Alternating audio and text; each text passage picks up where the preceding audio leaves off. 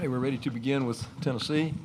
We'll ask Coach Barnes for a couple of general thoughts on the game, then we'll take your questions just for the two student athletes, and then we'll excuse them back to the locker room, and then we'll finish up with questions with Coach. If you have a question, raise your hand. We'll get one of the remote mics to you. Please remember to identify yourself and the media outlet that you represent when you ask your question. Coach Barnes?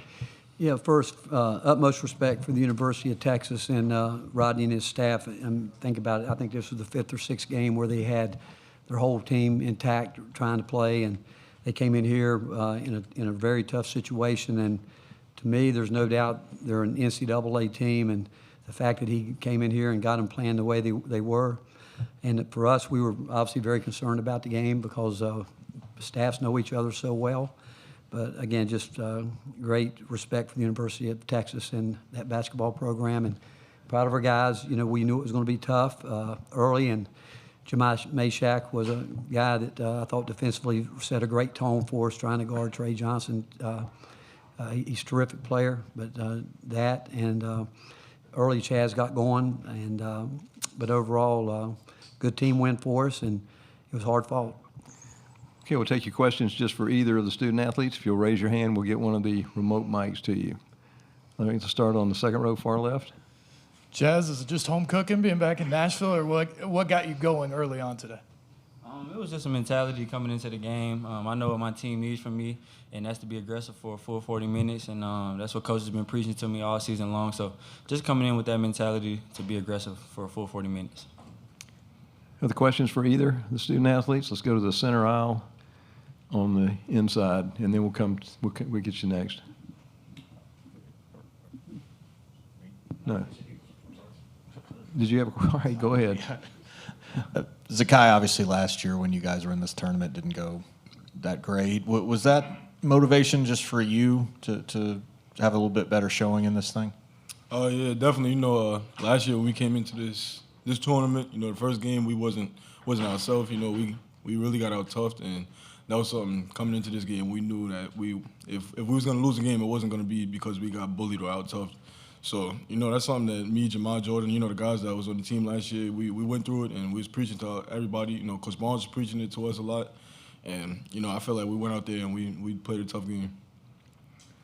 Wes Rucker, 24/7 Sports. For Chaz, it looked like early on you'd kind of gotten going. You're on one of those heaters, and then after a timeout, you know, I think you maybe only got one or two shots off the rest of the half. Did Texas do anything differently coming out of that timeout to you, or was it just more attention, or the ball just flowed somewhere else?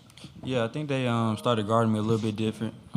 They were really denying me the ball. And then we also saw some mismatches that we wanted to attack, so the coaches did a great job pointing that out. So that was our game plan. We saw some mismatches. Okay, next question, left side, go ahead. Hey, Johnny Maffey, Fox Nashville. This is for either of you, too. You know, the SEC is such a powerhouse this year. Big matchup tomorrow. How do you deal with that spotlight, you know, before March Madness even gets going? Well, I feel like, you know, we've been in the spotlight the whole year. And, you know, I feel like the guys, we've all done a really good job of dealing with it. And, you know, we understand that it's a 3-day tournament for us. And, you know, we won a tough game today, but, you know, we got 30 minutes, an hour to really celebrate it and on to the next one. So, you know, we got to have pretty much short-term memory with this, but I feel like we all been in the spotlight at some point all throughout the entire season. So I don't feel like it's anything that's going to be too bright for us, anything like that. Other questions? Raise your hand. All right, let's come to the second row on the right side. Ryan Sylvia, Vol Report. Zakai, with Auburn tomorrow, what do you think is going to have to happen for you guys to come out on top? Really, just go out there and everybody do our jobs. You know, Auburn, they're a really good team. You know, we faced them earlier this season, and, you know, like I said, they're a really good team. But if we go out there and every person does our job and we go out there and be ourselves, it's going to be a really tough game. And I feel like if we all do that, then we're going to be able to come out on top. Got time for one more question, anyone? All right, let's take the last question on the center aisle. Wes Rucker, 24/7 Sports. Maybe a sore subject, Chaz and Zakai, but the free throws recently. I know y'all historically both of you have been good free throw shooters. A couple struggles in the past couple weeks. Anything going on there, or just try not to think about it? Who was that question for? For Coach Barnes? You want me to answer it? I can answer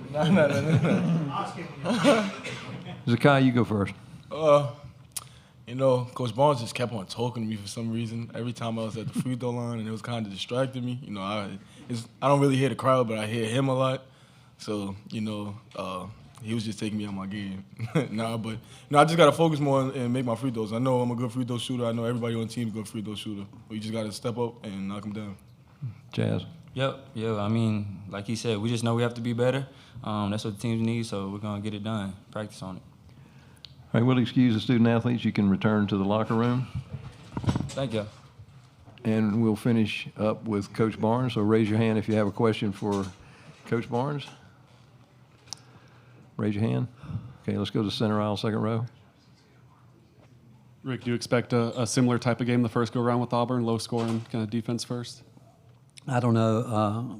Still, it takes a little bit of time to wind down from this one, but great respect for Bruce. And again, you go through this season and only lose 2 games, and in this league, the way it's played out from start to finish with non-league and what the conference play was like, it'll just take a gigantic effort with everybody, like Zakai said, being locked in, because they've got a 10-deep team, an old team, experienced team, a team that's been here, won it, and they got Player of the Year in Janai Broom, but they've got a lot of pieces, and we'll have to be on top of our game. Raise your hand. Another question for Coach Barnes. All right, let's go to center aisle, third row. Wes Rucker, 24/7 Sports. Rick, I know we've asked you about this a lot over the years, but playing against Rodney, is that, I know you got a lot of connections in this game and a lot of people that you're close with, and you and Rodney are obviously very close. Are these kind of games just not fun in that sense? They're not. They're really not. I can tell you through the years we've tried not to ever schedule, the guys that we have connection with, like with Rodney and Frank and Rob Lanier and all those, Mike Schwartz now, Kim English, but it's tough because you know what, we won a lot of games at Texas, and those guys were a huge part of it. And I look at them this year. I mean, coming into a new league, it had to be an adjustment for them and Oklahoma, and the fact that both of those teams really at the end of the year are playing high-level basketball. And I know Rodney's team this year struggled with some injuries and really trying to work in a super talent like he had, like he has in Trey Johnson is tough. I mean, both games were hard-fought game, really a couple possessions here or there. But, it's always hard to play against, really you feel like you're playing against your family, and it's tough. All right, next question, third row, center aisle. Yeah, Rick, with Chaz, it's probably too simplistic to say, oh, he's replaced Dalton, but he kind of stepped into that role as a transfer and a guy you were going to rely on. How do you feel like Chaz has handled that this season in terms of what he's been asked to do? Again, great. And again, we didn't talk about him replacing Dalton. We talk about what we needed from him, and the utmost respect for Chad, because he had a chance to go other places, probably do a little bit better NIL-wise, but he decided he wanted to stay home. He wanted to play in front of his, be in his home state, and he's he's very unselfish player. I will say this to you. The difference in the two would be I never had to tell Dalton to shoot. I begged Chaz to shoot sometimes because he is so conscientious of wanting to be just a part of it. And but I think what's helped him as much as any is that we've kind of got another guy that's stepped into a role like Chaz is Jordan Gainey. Both of those guys have made it tough that we get those guys on the flanks out there. It's pretty hard to guard. But and defensively, Chaz has really done a good job buying in on that end. He really has. But for a guy that, again, 1 year here, he's very confident in who he is, but he's a very, very unselfish basketball player, sometimes to a fault. But we never, I don't think any point in time I've compared him to Dalton when we're talking one-on-one, because I'm always comparing those guys to where they want to get at the highest level. And, I will, again, he's just been a great fit for us. He has, because he came in a lot like Dalton with the idea that he wanted to be part of a winning program, winning team, wanted to get to the NCAA tournament. And he's gotten better in the last 2 weeks. I thought he did a great job today, really moving without the ball. He's learned how to set his man up better. He spent a lot of time the last 2.5, 3 weeks. He did it earlier, but even more so, learning to adjust to the way he's being guarded and grabbed and stuff. I mean, he worked hard. He made some really. He's learned how to make 2, 3, 4 cuts, keep himself moving, and harder to guard. And but when he's open, he's got to shoot it. And when he's hitting it, it just lights the fire, I think, under everybody. Okay, next question right here on the front row. Rick, y'all had a few days off. They were on their third game in 3 days. Did y'all try to take advantage of that with any more tempo or anything? And then a second part, how much does Texas look like an NCAA tournament team to you? Well, I'll answer the first part. Second part first. There's no doubt. I mean, Texas is an NCAA team. There's so many teams in our league that would win some conferences. I mean, there's no doubt in my mind that they did enough coming in. If they again being on the bubble, that whatever people want to talk about, I think they've done more than enough to. I think we should have 14 teams in the NCAA tournament. Is what I think. And what was the first part of the question? Y'all had some few days rest. Well, yeah, you worry about it because again, people try to get analytical about, do you want to go and win it? Like last year, we came here and we were pathetic. We didn't come to play, and we played against a team that was angry, needed to win, and we got embarrassed. And but you go back to Texas playing 2 games. We want to play fast anyway, and they do a lot of good things. We felt like they would probably try to get it into a little bit more of a tempo game, which they kind of did that. We wanted to take away. We gave them too many points when we played in Austin early in the year in transition, and we felt like we really had to do a job on Trey Johnson. And the biggest thing was we were going to try to make him really guard. We weren't going to let him just hang out and use all of his energy on the offensive end. But we really took some days off ourselves because we've got guys like everybody this time of year with some things they need to try to get healed up. And you come here with the idea that you really do want to win the tournament, regardless of what pundits say about it. The only thing I can tell you don't want to do is win the tournament, play early on Thursday. That's the only thing you don't want to do. And but otherwise, there's not a player, coach that when they toss it up that doesn't want to win every game they play. Got time for a couple more questions. I know we got 2 waiting over there, so let's go ahead right on the third row, and then we'll come back to the second row. Thank you. Coach Joe Dubin, ESPN 102.5 The Game Nashville. As you get ready for Auburn tomorrow, how much do you look back when you 2 guys played, or do you look at the Auburn team from the last few weeks ago? Because both your squad and their squad have improved immensely. How do you do that tonight? Both. We'll look back and take some things from the game, obviously. But, what's ironic, 10 years ago during this tournament,